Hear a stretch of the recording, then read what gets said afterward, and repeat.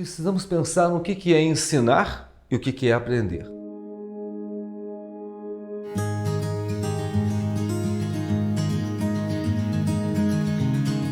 Bom, falarmos de metodologias ativas, a gente precisa de alguns referenciais. E, obviamente, para esses referenciais, a gente precisa buscar principalmente algumas falas, principalmente da Unesco, lá dos anos de 1990, quando ele vai pensar a educação não mais como algo somente de ensino, mas principalmente a ideia de aprender em educação. E aí nós vamos buscar um pouquinho esse relatório da Unesco de 96, que vai nos falar um pouco desse aprender a aprender, aprender a ser, aprender a fazer e principalmente aprender a olhar o outro para que eu possa me interagir com esse outro. E por que de tudo isso? Porque é necessário que a gente perceba que nunca tivemos um momento histórico em que 5 gerações estão convivendo ao mesmo tempo. Desde a geração lá dos anos 40 até os nativos digitais de hoje. E aí é importante que, apesar dessas referências do aprender, a gente também precisa entender, principalmente enquanto professor, a gente precisa entender quem é esse nosso aluno. E esse nosso aluno hoje é um mix. É um mix, como eu disse anteriormente, um mix entre aqueles baby boomers, aquela geração baby boomers lá da década de 40, 1940, até na realidade hoje, passando pela geração X, pela geração Y, geração Z e hoje a chamada geração Alpha, os chamados nativos digitais, que são aqueles que são na realidade makers, eles querem fazer, eles não têm mais paciência para esperar ninguém, eles querem fazer. No entanto, na hora de se comunicar, eles estão perdendo a possibilidade ainda de se utilizar de textos, de utilizar de leitura, de escrita, e esse mix, essa diversidade de formas de comunicação é capaz de estar causando em cada um deles, ou ser uma das causas da falta de concentração desses nossos alunos. E nós, enquanto professores, nós, enquanto aqueles que estamos tentando facilitar o aprendizado, nós precisamos pensar que há uma necessidade de se criar metodologias, formas, espaços para uma aprendizagem significativa, tanto formal quanto em ambientes informais. E aí a gente precisa pensar uma outra coisa. Precisamos pensar no que é ensinar e o que é aprender. Tradicionalmente, a gente vai pensar em ensinar, eu criar condições para que o outro, na realidade, entenda que o meu conteúdo seja significativo para ele. Em outras palavras, eu, enquanto professor, eu preciso tornar significativo cada informação que eu estou colocando. O aprender é por conta de quem está recebendo o ensino. Esse aluno, ele vai também precisar experimentar esse novo conhecimento, essa nova informação, e ele vai precisar, na realidade, retrabalhar isso significativamente para ele. Ele precisa aprender como aprender aquele novo conteúdo. E aí nós temos papéis duplicados, porque esse professor agora ele não é só mediador. Ele não apenas acompanha o aluno, ele também é facilitador. Ele cria condições para que esse aluno possa aprender a aprender.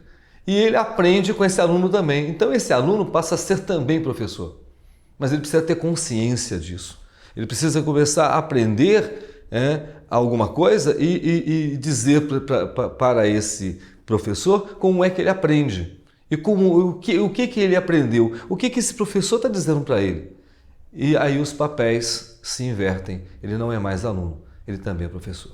São esses dois papéis que nós estamos vivenciando hoje nos espaços pedagógicos, tanto formais quanto informais, quanto a essa gerência dessas informações. Porque, novamente, vou dizer, nós estamos trabalhando com 5 gerações ao mesmo tempo. E cada um fala de um jeito, cada um entende de um jeito, cada um se comunica de um jeito. E aí eu preciso, na realidade, colocá-los todos numa mesma arena de ensino e aprendizagem. E por conta disso, como é que eu crio esse meu aprendizado maker? Como é que eu trabalho essa ideia do fazer?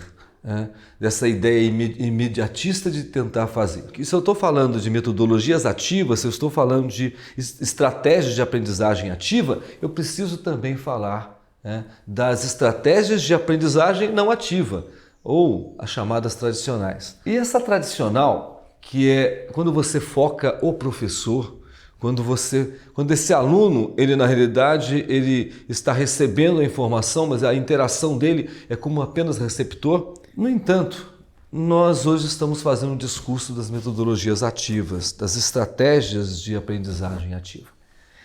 E aí o centro muda, eu estou mudando o centro para o aluno. Eu estou olhando para esse aluno para saber como é que ele aprende. E como é que eu faço isso? Eu dou a informação, mas eu o desafio. Eu crio problemas para ele, eu crio conflitos para ele. E eu quero uma solução dele. E essa solução não vem apenas do que eu falei, ou do que eu, professor, estou mostrando para ele. Para que não fique, na realidade, apenas a leitura do professor. Eu quero que ele traga também toda a vivência que ele tem. Eu quero que ele traga toda a informação que ele tem da vida dele para resolver um problema. Por isso que os problemas precisam ser pensados. Quando eu penso no problema, quando eu penso no desafio, quando eu penso no conflito, isso faz parte da minha aula, isso faz parte da minha preparação de aula, para que esse aluno possa participar disso. E aí é interessante por quê? Porque aí eu começo a discutir algo ainda mais importante, que é um ensino significativo, conteúdos significativos. Ele precisa significar algo para alguém. Quando eu falo de alguma coisa para alguém, alguém tem que se apropriar disso e entender que isso é importante para ele. Que até pode não ser importante, eu até não achar importante, mas eu preciso deixar com que ele que está recebendo, ele que está na realidade aprendendo, que ele transforme isso num conhecimento importante para ele. E aí eu vou voltar ao início. Nós estamos trabalhando com 5 gerações ao mesmo tempo. E aí eu preciso também dizer assim, eu não posso ter uma abordagem única. Eu preciso voltar ainda àquela palestra, aquelas leituras, aquelas demonstrações. Eu preciso ainda trabalhar um pouco esse tipo de informação, essa forma de se apropriar da informação, porque eu estou trabalhando com um grupo que só aprendeu a aprender assim. E eu tenho esse grupo novo agora, que é interessante porque ele gosta de trabalhar em grupo, é alguém que gosta de desafios, é alguém que gosta de fazer e principalmente é alguém que gosta de estar com o outro. E aí a gente acaba com uma história muito complicada, que escola é lugar de silêncio. É lugar da fala do professor. E pelo contrário, no momento em que eu vou trabalhar metodologias ativas, a conversa, o outro, o par é fundamental. E isto muda todo o conceito que eu tenho de aprendizagem. E aí hoje eu tenho professores de gerações anteriores que aprenderam enquanto aluno a ser um aluno de um tempo anterior, para falar para um aluno que é de um tempo atual e que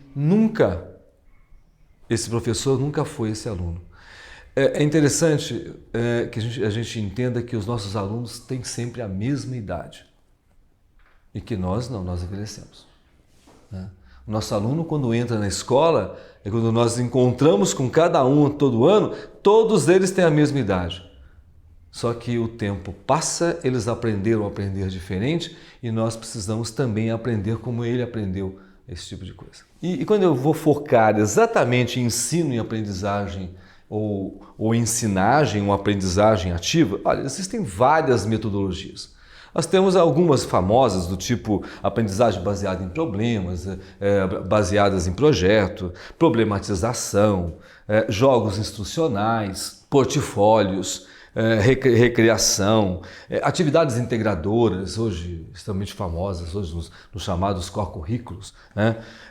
As dramatizações, os sociodramas, trabalhos de grupo, chamadas aulas invertidas, aquela tarefa que eu dou para o aluno chegar em casa, é tão antigo isso, eu falo para ele, você vai estudar isso para a próxima aula, e alguém resolveu dar o nome disso de aula invertida, né? E eu queria focar, na realidade, num outro modelo. Num modelo que não é tão novo assim, até um modelo mais antigo, mas que foi trazido para dentro da escola ou para os ambientes de aprendizagem e que vem dando um certo resultado surpreendente, que é o Design Thinking. É importante a gente pensar, quando eu falo de Design Thinking, é importante a gente entender o que é um Design Thinking. Design Thinking não é uma metodologia tão somente. Design Thinking é uma forma de ver o mundo que um profissional chamado designer, ele é treinado para isso. Ele vai enxergar o mundo a partir do outro. Ele vai olhar para o cliente e perguntar para esse cliente, o que você está precisando? E aí eu vou fazer o seguinte, eu vou olhar os produtos e os serviços, ou eu vou redesenhá-los, fazer o redesign dele, ou eu vou criar novos produtos, novos serviços para resolver um problema do cliente. E se a gente olhar isso dentro da educação ou dentro do processo de ensino-aprendizagem, é a hora que eu olho para o meu aluno. Eu, professor, estou olhando para o meu aluno e perguntando o que ele precisa. Qual é a importância dessa informação para a vida dele? Qual é o significado que eu faço para a vida dele? E aí é interessante porque o Design Thinking ele me traz 5 passos muito importantes na hora da aprendizagem, que são os 5 passos da formatação de produtos e formatação de serviços pelo design. E que nós, enquanto educadores, enquanto professores, enquanto escola, nós estamos fazendo a transposição pedagógica desse método, transformando essa forma de ver o mundo do design numa metodologia de ensino-aprendizagem. E aí a gente faz o seguinte, o primeiro momento é o momento de imersão. É o momento que eu faço a aula invertida. Eu acerto com os meus alunos um tempo antes que eu vou deixar com eles um material ou na copiadora, ou online, ou de repente eu entrego hoje para eles alguma coisa para que eles leiam sobre o assunto. Este é o momento em que ele vai estar fazendo uma imersão no tema. Claro que esse material, a gente precisa repensar esse material. Esse material não é eu chegar e tirar uma cópia e entregar para o aluno simplesmente uma cópia de livro ou algo. Não, isso também precisa ser pensado. Esse material precisa ter um design instrucional. Ele precisa passar por um design instrucional. Por quê? Porque do mesmo jeito que eu pego um capítulo de livro e dou para uma geração de 30, 40 anos atrás e que ele acha aquilo ótimo que ele vai ler, o nosso aluno hoje, o nosso maker de hoje não consegue se concentrar para ler algo assim. Para ele é muito ruim. Então eu preciso pensar também nisso. Isso não é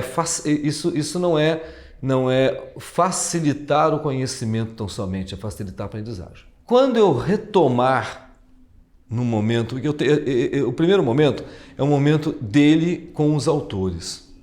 E agora eu trago ele presencialmente. E aí eu vou distribuí-los ou em grupo, ou num primeiro momento a gente faz um grupo grande. E eu vou fazer um outro momento de problematização. Eu vou me utilizar agora de aula expositiva. Claro, uma expositiva dialogada, mas a princípio é expositiva, uma aula tradicional para mostrar os conceitos, para tentar fazer uma síntese do que eles leram, e aí eu começo a provocá-los.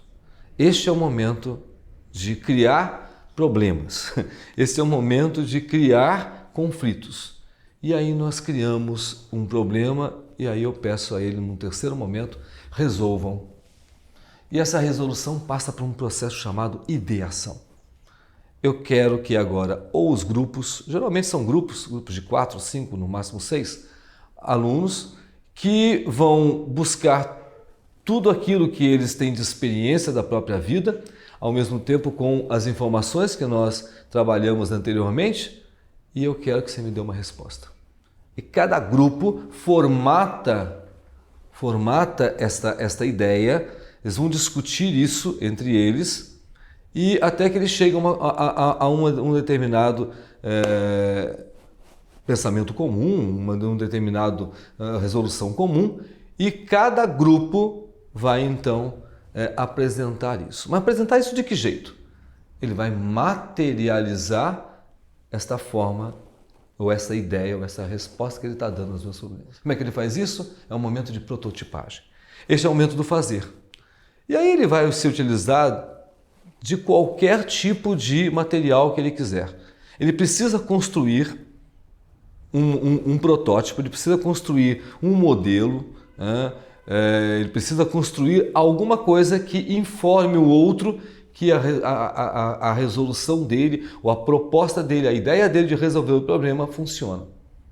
E ele tem algum tempo para isso, um momento em que o grupo montou isso, cada grupo vai para o último momento, que é o testar. Porque é assim, para o design, o que a gente faz?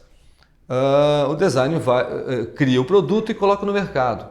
Como é que ele sabe se o produto deu certo ou não? Se ele teve uma resposta boa do mercado. Na escola a gente não vai vender isso no mercado. Então a gente precisa fazer com que esse aluno venda o processo, ou venda a ideia dele. E aí a gente usa o último momento, que é para testar. É quando ele vai então mostrar para todo mundo como é que faz isso. E nada melhor do que fazer isso com uma startup. Para que ele mostre principalmente o que tem de inovação, o que se agregou de inovação naquela ideia dele, diferente dos outros grupos. E aí cada grupo tem algo em torno de 10 a 15 minutos para apresentar isso e destacar: estou vendendo a minha ideia. E no último momento nós fazemos uma assembleia geral para a gente tentar discutir se tem alguma ideia que é a melhor, 2 ou 3 ou 4 ideias melhores, e se a gente conseguiria fazer uma só. Isso não quer dizer que as outras ideias não sejam boas. Todas as ideias são boas, até porque na escola, com esse enfoque, na escola não existe nada errado.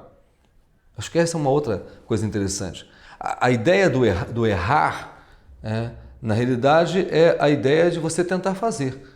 Você vai corrigir os conceitos e vamos acomodar as soluções, mas não necessariamente eu vou estar dizendo que aquilo que você fez está errado, mas ele tem que funcionar. Se ele funcionar, de repente eu tenho uma outra solução para aquele mesmo problema em que a gente sempre resolveu da mesma forma. Esta é a ideia da inovação. E aí é interessante o Design Thinking, porque eu acabei de mostrar que quando eu estou trabalhando no Design Thinking, eu estou trabalhando tanto com metodologias ativas como metodologias não ativas. Para dizer, olha, a importância que eu tenho de uma história de ensino-aprendizagem. Eu não posso dizer que a tradicional é pior ou que a ativa é melhor. As duas são boas. Cada uma tem a sua função. O Design Thinking me traz uma outra ideia, que é o Blended Learning, que é a ideia de um ensino híbrido. Eu gosto mais, de repente, de um mix de ensino-aprendizagem, onde eu vou, na realidade, proporcionar a essas 5 gerações um encontro delas, e eu vou dar condições para que cada uma dessas gerações consiga dar um significado, transformar aquela informação em algo significante para ele, em algo significativo para ele, usando a experiência dele, inclusive a experiência de aprendizagem. E ao mesmo tempo, eu acho que eu tenho uma outra coisa que é importantíssima, que nós estamos deixando de discutir.